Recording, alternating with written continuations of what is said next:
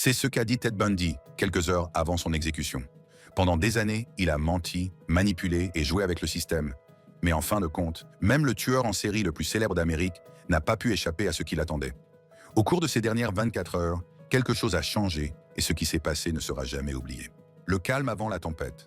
Ce qui rend les dernières 24 heures de Ted Bundy si fascinantes, ce n'est pas seulement le fait que la justice s'était enfin rendue après des années de batailles juridiques, d'appels et de retard. C'est plutôt l'extraordinaire séquence d'événements qui s'est déroulée. Un mélange soigneusement orchestré d'aveux désespérés, de réflexions spirituelles, de manipulations médiatiques et peut-être d'authentiques vulnérabilités humaines qui allaient changer à jamais notre façon de comprendre la psychologie des tueurs en série. Il ne s'agissait pas seulement des dernières heures d'un meurtrier condamné, mais des derniers actes d'un homme qui avait passé des décennies à se forger une image publique pour la voir s'effondrer face à l'imminence de son exécution. L'après-midi du 23 janvier 1989, Bundy se trouve dans un état que peu de gens ont connu auparavant. Fini l'étudiant en droit confiant et charismatique qui s'était représenté lui-même au tribunal et qui avait su se frayer un chemin à travers les contre-interrogatoires. Fini le charmeur manipulateur qui avait attiré d'innombrables victimes vers la mort grâce à sa fausse impuissance et à son allure de garçon. Au lieu de cela, il restait un homme aux prises avec la mortalité, l'héritage et, peut-être pour la première fois de sa vie d'adulte, une véritable vulnérabilité face à ce que lui réservaient les prochaines 24 heures. Il a passé ces dernières 24 heures à avouer ses crimes, à donner une interview, à prier et à appeler sa mère. Mais il ne s'agissait pas d'actes de désespoir commis au hasard par un homme confronté à la mort. Il s'agissait de gestes calculés de la part de quelqu'un qui avait compris que ces dernières heures seraient sa dernière occasion de contrôler le récit de sa vie et de ses crimes, de parvenir peut-être à une forme d'immortalité tordue grâce aux histoires qui seraient racontées à son sujet longtemps après que la chaise électrique aurait fait son œuvre. Le premier événement majeur de cette journée cruciale a commencé dans l'après-midi, lorsque Bundy a accepté de s'asseoir pour ce qui allait devenir l'une des interviews dans le couloir de la mort les plus controversées de l'histoire des États-Unis. Le moment choisi n'était pas une coïncidence. À moins de 24 heures de son exécution, Bundy savait que tout ce qu'il dirait aurait le poids des dernières paroles, serait analysé et réanalysé par les experts, les journalistes et le public pendant des décennies. Dans l'après-midi du 23 janvier, Bundy a participé à une interview filmée avec James Dobson, animateur religieux et fondateur de Focus on the Family. Il ne s'agissait pas de n'importe quel intervieweur. Dobson était un chrétien évangélique de premier plan qui avait un programme spécifique concernant les dangers de la pornographie, et Bundy semblait savoir exactement quel récit trouverait un écho auprès de son public. Le choix de l'intervieweur était aussi calculé que tout ce que Bundy avait fait tout au long de sa carrière criminelle. L'interview elle-même a été un véritable chef-d'œuvre de manipulation, alors même que Bundy vivait ses dernières heures. Lorsque Dobson l'interroge sur son état d'esprit, la réponse de Bundy révèle la complexité de son état psychologique. Dans cet entretien, intitulé « Fatal Addiction, Ted Bundy's Final Interview », Bundy évoque le rôle de la pornographie dans son comportement criminel. Il ne s'agissait pas d'un simple aveu, mais d'un argument soigneusement construit qui allait susciter des débats pendant des décennies sur la relation entre les médias violents et le comportement criminel. Bundy a commencé par établir ses références en tant que personne ayant vécu cette expérience de première main. Il affirmait que l'exposition à la pornographie douce à un jeune âge avait entraîné une escalade vers des contenus violents, alimentant ainsi ses crimes. Ce récit était particulièrement convaincant parce qu'il offrait une explication simple à un mal incompréhensible. Si la pornographie pouvait créer des monstres comme Ted Bundy, son élimination pouvait empêcher de nouvelles tragédies. Ce message résonnait parfaitement avec le public évangélique de Dobson et ses préoccupations concernant la décadence morale de la société américaine. Mais même en tissant ce récit, Bundy a pris soin de maintenir son rôle et sa responsabilité, comprenant qu'un déni total de culpabilité nuirait à sa crédibilité. Ce savant équilibre entre l'acceptation de sa responsabilité et l'explication externe de son comportement témoigne de la manipulation psychologique sophistiquée qui a rendu Bundy si efficace en tant que tueur et si dangereux en tant que personnage public. Il comprenait que le fait de nier totalement sa responsabilité le ferait paraître délirant, mais le fait de proposer une cause sociétale à ses actes lui permettait de se positionner à la fois comme un exemple à suivre et comme une victime des circonstances. Cependant, les chercheurs et les biographes ont débattu de la sincérité de ces affirmations. Certains, comme Anne Rule, suggèrent que Bundy a adapté son récit pour s'aligner sur le programme anti-pornographie de Dobson, y voyant une tactique de manipulation plutôt qu'une véritable réflexion. Le moment choisi pour faire ces révélations, littéralement quelques heures avant son exécution, soulève de sérieuses questions quant à savoir s'il s'agissait d'une véritable prise de conscience ou d'une ultime tentative de manipulation de la part d'un homme qui avait passé toute sa vie d'adulte à mentir et à tromper tout son entourage. L'entretien s'est poursuivi pendant des heures, Bundy décrivant avec des détails troublants l'escalade de ses fantasmes violents. Il a parlé de la progression entre le visionnage de matériel pornographique et le passage à l'acte, créant ainsi un récit qui allait devenir central dans les débats sur l'influence des médias sur le comportement criminel. Tout au long de cette partie de l'entretien, Bundy a démontré sa compréhension de la psychologie de la toxicomanie en utilisant une terminologie et des concepts qui trouveraient un écho à la fois chez Dobson et dans le grand public. Il ne se contentait pas de raconter une histoire, il élaborait une théorie du développement criminel qui le positionnait à la fois comme auteur et victime de forces sociétales indépendantes de sa volonté. Mais l'aspect le plus effrayant de l'interview est sans doute la description par Bundy du moment où le fantasme est devenu réalité, où la frontière entre la consommation de contenu violent et la commission d'actes violents a finalement disparu. Cette description du point de départ allait devenir l'une des parties les plus citées et les plus analysées de l'interview. Bundy décrivait essentiellement le moment où il est passé du statut de personne ayant des fantasmes violents à celui de personne passant à l'acte. Une transformation qui allait finalement coûter la vie à au moins 30 jeunes femmes dans plusieurs États. Bundy a également exprimé des remords, en particulier pour le meurtre de Kimberly Leach, âgée de 12 ans, qu'il trouvait trop douloureux pour en parler en détail. Lorsque Dobson l'a interrogé sur ce crime en particulier, Bundy a fini par perdre son sang-froid. Ce moment de vulnérabilité apparente était important, car il montrait un aspect de Bundy qui avait rarement été vu en public. L'homme qui semblait incapable d'empathie était soudainement incapable de parler de l'un de ses crimes parce qu'il était trop douloureux. La question de savoir s'il s'agissait d'un véritable remords ou d'une autre manifestation calculée d'émotions destinée à l'humaniser dans ces dernières heures reste un sujet de débat parmi les criminologues et les psychologues. Alors que l'après-midi se prolongeait et que l'interview se terminait, Bundy avait réussi à planter les graines d'un récit qui lui survivrait. Ses affirmations sur le rôle de la pornographie dans ses crimes seront citées par les défenseurs de la lutte contre la pornographie pendant des décennies, alors même que les critiques soulignent le moment opportun et la nature intéressée de ces révélations. Cette controverse souligne la complexité de l'interprétation des dernières déclarations de Bundy, dont les antécédents en matière de manipulation ont rendu presque impossible la distinction entre une véritable perspicacité et une tromperie calculée. L'entretien avec Dobson n'était que le début de ce qui allait être des dernières 24 heures extraordinaires. Alors que les caméras étaient rangées et que les lumières s'éteignaient dans la salle d'interrogatoire, l'attention de Bundy s'est portée sur d'autres sujets, des confessions qui avaient été préparées pendant des années, des appels téléphoniques à des membres de sa famille qu'il ne reverrait peut-être jamais, et des préparatifs spirituels pour une exécution qui allait avoir lieu dans moins de 18 heures. Le décor était planté pour un acte final qui serait aussi complexe et controversé que l'homme lui-même. Dans les heures qui ont suivi, Bundy a avoué des crimes commis dans plusieurs États, s'est recueilli auprès d'un pasteur méthodiste et a passé ce qui allait être ses derniers appels téléphoniques au monde extérieur. Chaque action a été soigneusement calculée, chaque déclaration a été élaborée avec précision, alors que l'un des tueurs en série les plus célèbres d'Amérique se préparait à subir son sort sur la chaise électrique de Floride. Confession à l'ombre de la mort. Alors que la nuit tombait sur la prison d'État de Floride, dans la soirée du 23 janvier 1989, l'atmosphère à l'intérieur des murs devenait de plus en plus tendue et surréaliste.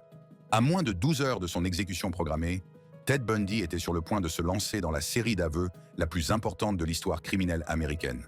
Ce qui s'est passé cette nuit-là n'était pas seulement une série d'aveux, c'était une performance soigneusement orchestrée par un homme qui avait compris que ces dernières heures représentaient sa dernière chance de contrôler le récit de ses crimes et peut-être de s'assurer une forme d'héritage tordu. Plus tard dans la journée, Bundy a avoué aux enquêteurs, dont l'agent spécial du FBI Bill Hagmaier, une trentaine d'homicides commis entre 1973 et 1978 dans des États comme la Californie, l'Oregon, Washington, l'Idaho, l'Utah, le Colorado et la Floride.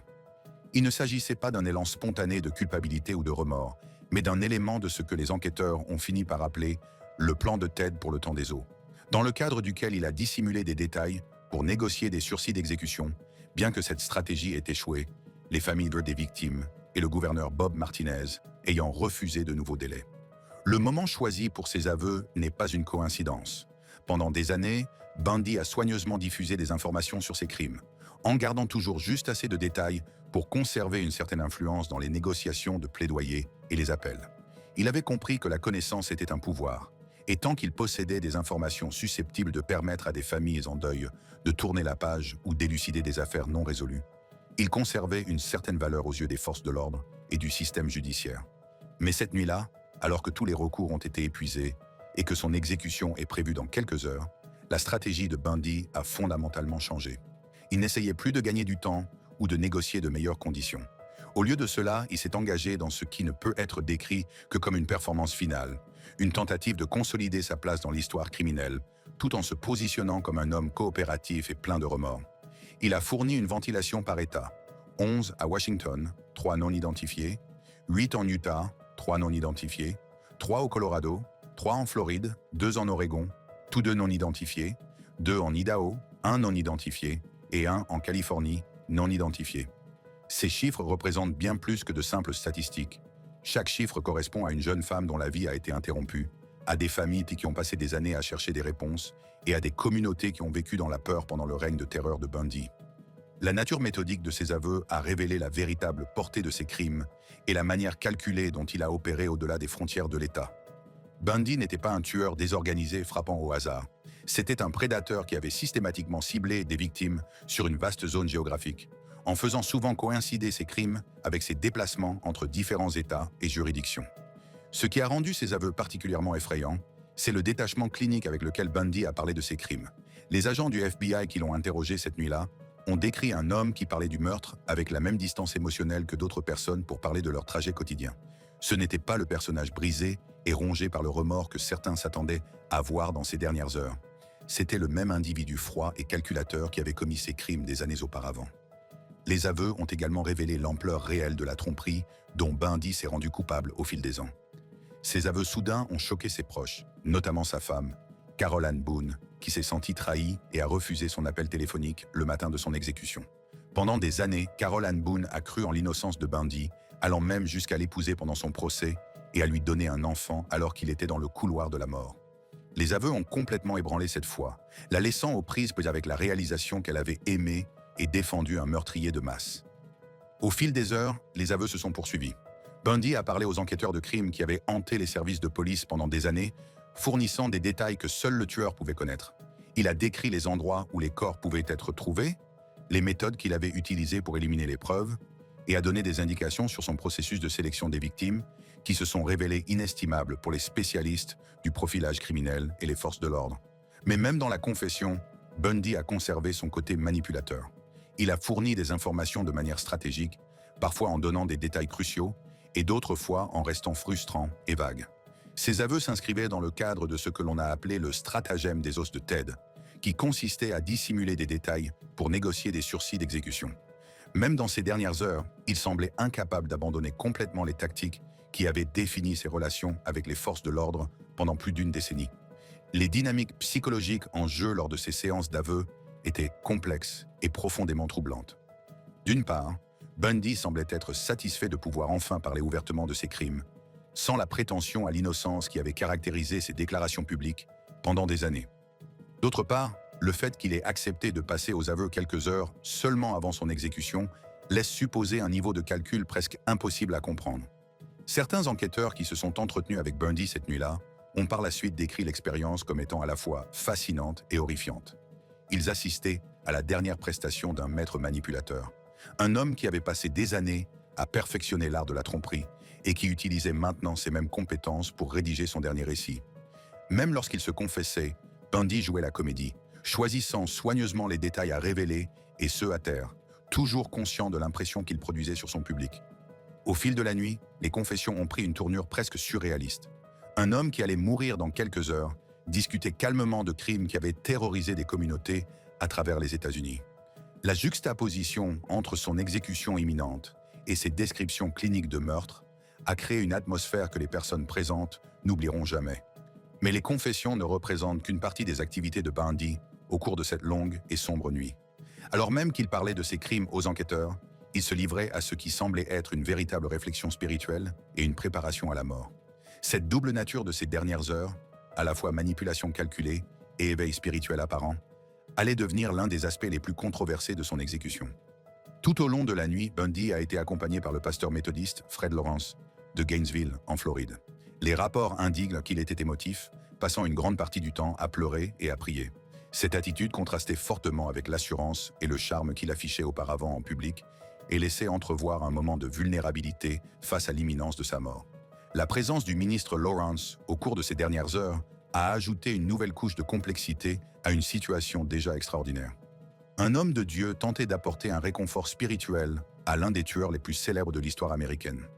Le pasteur Lawrence a par la suite décrit l'expérience comme étant à la fois stimulante et déchirante, notant que malgré les crimes de Bundy, il s'agissait toujours d'un être humain confronté à la mort et en quête d'une forme de paix spirituelle. Lawrence a déclaré « Il ne voulait pas mourir, mais il savait qu'il devait le faire. Nous avons tous les deux pleuré. Il faut aussi pleurer pour ses victimes, ce qui témoigne de la peur et de l'effondrement émotionnel de Bundy. » Cette description de Bundy, craintif et émotif, contredit l'image qu'il avait soigneusement cultivée au fil des ans, à savoir celle d'une personne maîtrisant toutes les situations. Le récit du pasteur a également révélé les profonds défis moraux et éthiques auxquels sont confrontés ceux qui apportent un soutien spirituel aux prisonniers condamnés. Comment apporter réconfort et rédemption à quelqu'un qui a commis des actes aussi odieux? Comment trouver un équilibre entre la compassion pour les condamnés et le souvenir des victimes? Ces questions suivront Lawrence longtemps après l'exécution de Bundy. Au fil de la nuit, la combinaison des confessions et de la réflexion spirituelle a créé un tableau étrange entre les murs de la prison d'État de Floride. Dans une pièce, Bundy décrivait calmement des meurtres à des agents du FBI, fournissant des détails qui permettraient d'élucider des affaires non résolues et d'aider des familles à tourner la page. Dans une autre, il pleurait et priait avec un pasteur, apparemment aux prises avec la réalité de sa mort imminente et le poids de ses crimes. Cette dualité sera au cœur des débats sur la véritable nature de Bundy et sur l'authenticité de ses dernières heures. Ses larmes étaient-elles de véritables expressions de remords et de peur, ou s'agissait-il d'une autre performance calculée destinée à l'humaniser aux yeux de l'histoire? Sa coopération avec les enquêteurs était-elle une dernière tentative de faire quelque chose de positif, ou simplement une autre forme de manipulation destinée à lui assurer une place dans l'histoire criminelle? La réponse, comme beaucoup d'autres choses concernant Ted Bundy, reste insaisissable. Ce qui est certain, c'est que la nuit du 23 janvier 1989 a représenté le point culminant d'années de manipulation, de tromperie et de violence. Cette nuit-là, l'un des criminels les plus célèbres d'Amérique a finalement admis l'étendue de ses crimes, tout en se livrant à ce qui semblait être une véritable réflexion spirituelle. À l'aube, alors que son exécution approchait, Bundy avait accompli quelque chose de remarquable. Il avait réussi à être à la fois un monstre et un être humain, un manipulateur et un pénitent. Tout cela au cours de la même soirée. Les aveux qu'il a faits cette nuit-là allaient permettre à certaines familles de tourner la page, tout en soulevant de nouvelles questions pour d'autres. Le voyage spirituel qu'il semblait entreprendre allait déclencher des débats sur la rédemption et le pardon qui se poursuivent encore aujourd'hui. Le décor est désormais planté pour le dernier acte de ce drame extraordinaire. Dans quelques heures à peine, Ted Bundy se retrouverait sur la chaise électrique de Floride. Mais pas avant une nouvelle série d'appels téléphoniques chargés d'émotions et de préparatifs finaux qui viendraient parachever l'une des exécutions les plus complexes et les plus controversées de l'histoire criminelle des États-Unis. L'aube finale. Alors que les premiers rayons du soleil commençaient à percer la brume matinale de Floride, le 24 janvier 1989, le dernier chapitre de la vie de Ted Bundy était sur le point de se dérouler dans une série d'événements qui resteraient gravés dans la mémoire collective de la justice pénale américaine. L'homme qui avait passé des années à manipuler le système judiciaire, à faire du charme lors des interrogatoires et à clamer son innocence malgré des preuves accablantes, était maintenant confronté à l'inéluctable réalité de son rendez-vous avec la chaise électrique de Floride. Au petit matin du 24 janvier, Bundy s'est retrouvé dans un état que peu de gens avaient jamais vu. Dépouillé de son assurance et de son charme habituel, réduit à la peur fondamentale de la mort qui transcende toutes les manipulations psychologiques et toutes les bravades criminelles. Dans les premières heures du 24 janvier, Bundy a passé 2 appels téléphoniques à sa mère, Louise Bundy, qui lui a dit « Tu seras toujours mon fils précieux ». Ces appels téléphoniques représentent peut-être les moments les plus humains des dernières heures de Bundy. Voilà un homme qui a passé des décennies à créer des personnages, à manipuler ses victimes et à tromper les forces de l'ordre, réduit à chercher du réconfort auprès de la seule personne qu'il a aimée inconditionnellement, bien qu'elle ait su la vérité sur ses crimes. Les conversations avec sa mère ont été décrites par les témoins comme déchirantes, rappelant que même les criminels les plus notoires restent les enfants de quelqu'un. On ne saurait trop insister sur le poids émotionnel de ces appels. Louise Bundy avait passé des années à défendre son fils, à lui rendre visite en prison et a continué de croire en sa bonté fondamentale, malgré les preuves de plus en plus nombreuses de sa culpabilité. Ses appels étaient chargés d'émotions, Louise offrant des mots de réconfort. Lors de leur dernière conversation, elle lui a dit « Tu seras toujours mon fils précieux », soulignant un moment de connexion personnelle au milieu de son exécution imminente. Au cours de la matinée, les préparatifs rituels de l'exécution ont commencé pour de bon. Bundy a refusé de choisir son dernier repas, une pratique courante chez les condamnés à mort. On lui a servi le repas standard, un steak, des œufs, des pommes de terre rissolées et des toasts auxquels il n'aurait pas touché. Le simple fait de refuser son dernier repas semblait déjà chargé de symboles. S'agissait-il d'un dernier acte de défi, de l'expression de sa peur, ou simplement de la manifestation physique de son anxiété face à ce qui l'attendait? La préparation psychologique à l'exécution est un processus que peu de gens peuvent vraiment comprendre. À l'approche du matin, il a été préparé à l'exécution, notamment en se faisant raser le crâne en vue de l'application d'une pommade conductrice destinée à renforcer les électrodes de la chaise électrique. Cette préparation clinique a fait disparaître les derniers vestiges de l'apparence soigneusement entretenue de Bundy, le ramenant à la réalité biologique fondamentale d'un condamné se préparant à mourir. À l'extérieur des murs de la prison, une scène très différente se déroulait. La foule qui se trouvait à l'extérieur de la prison applaudissait, certains scandant « Brûle Bundy, brûle !» La réaction du public à l'exécution imminente de Bundy a été d'une intensité et d'une ferveur sans précédent. À l'extérieur de la prison, une foule d'environ 500 personnes s'est rassemblée, dont beaucoup ont applaudi et scandé « Brûlez Bundy, brûlez !» Certains ont lancé des feux d'artifice et tapé sur des poêles à frire, reflétant ainsi l'intensité du sentiment public à l'égard de Bundy. Cette célébration publique d'une exécution était inhabituelle, même selon les normes américaines, et reflétait l'horreur particulière que les crimes de Bundy avaient inspiré à l'opinion publique. Cette réaction était sans précédent en Floride, où les exécutions sont relativement courantes, ce qui souligne l'impact unique de cette affaire. La fraternité Chiffy de l'Université d'État de Floride a organisé un barbecue où étaient servis des Bundy Burgers et des hot dogs électrifiés sous une banderole proclamant « Regardez Ted Fry, voyez Ted mourir ». À l'approche de 7 heures du matin, les derniers préparatifs à l'intérieur de la prison atteignent leur paroxysme. Vers 7h06, Bundy a été conduit dans la chambre mortuaire de la prison d'État de Floride. Décrit comme cendré et dépourvu de son habituelle arrogance, il a fait un signe de tête à quelques-uns des 42 témoins, dont les procureurs, alors qu'il était attaché à la chaise électrique. Les témoins qui ont assisté à la dernière marche de Bundy ont décrit un homme qui luttait manifestement contre la peur et la réalité de sa situation. Un témoin s'est souvenu plus tard. La transformation du comportement de Bundy a été remarquable pour ceux qui suivaient son affaire depuis des années. Ce n'était pas le personnage confiant et charismatique qui s'était représenté lui-même au tribunal ou qui avait charmé les journalistes lors des interviews. Au contraire, les témoins ont décrit un homme qui comprenait clairement que son temps était écoulé, que toutes ses manipulations et manœuvres juridiques avaient finalement pris fin. Un autre témoin a fourni des détails supplémentaires sur les derniers instants de Bundy et son interaction avec les personnes présentes. Cette description révèle l'état émotionnel complexe dans lequel se trouvait Bundy dans ces derniers instants. Terreur initiale et faiblesse physique, puis tentative de retrouver un semblant de contrôle et de dignité. Même face à la mort, Bundy essayait de gérer l'impression qu'il faisait à ceux qui le regardaient. Lorsqu'on lui a demandé ces derniers mots, il a hésité avant de dire « Jim et Fred, j'aimerais que vous transmettiez mon amour à ma famille et à mes amis », s'adressant à son avocat, Jim Coleman, et à son pasteur, Fred Lawrence. Ces mots, simples et personnels, contrastent fortement avec les déclarations finales dramatiques auxquelles beaucoup s'attendaient de la part d'un criminel aussi notoire. Il n'y a pas eu de grande confession, pas de plaidoyer dramatique pour le pardon, pas de tentative d'expliquer ou de justifier ses crimes, juste une simple demande de transmettre son amour à ceux qui lui sont restés fidèles malgré tout. Le témoin qui a enregistré ces derniers mots a noté leur étrangeté, en particulier dans le contexte des crimes de Bundy et des familles de ses victimes qui ne recevraient jamais de tels messages de la part de leurs proches assassinés. Ce moment résumait l'ironie tragique de la situation. Un homme demandait que son amour soit transmis à sa famille, alors que les familles de ses victimes avaient été privées de cette possibilité par ses actes. À 7h16, après 1 minute de décharge de 2000 volts, Bundy a été déclaré mort.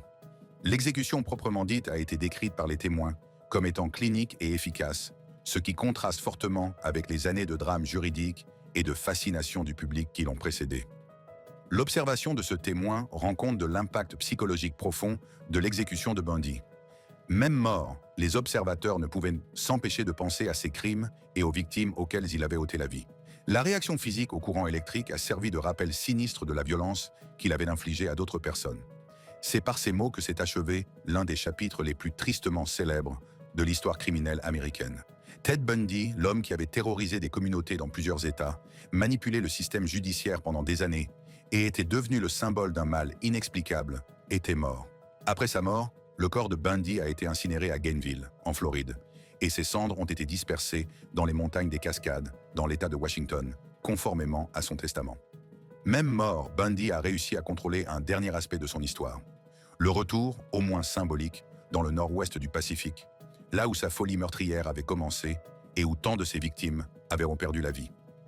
Son cerveau a été prélevé et étudié à la recherche d'anomalies, mais aucune n'a été trouvée, ce qui a contribué à alimenter les discussions sur les causes psychologiques plutôt que physiologiques de son comportement. Cette ultime tentative pour comprendre ce qui avait rendu Bundy capable d'un tel mal s'est finalement révélée aussi peu concluante que les années d'évaluation et d'analyse psychologique qui l'avaient précédé. Merci d'avoir regardé. Si vous avez passé un bon moment, continuez l'aventure en cliquant sur l'une des vidéos suggérées sur votre écran en ce moment pour plus de contenu incroyable.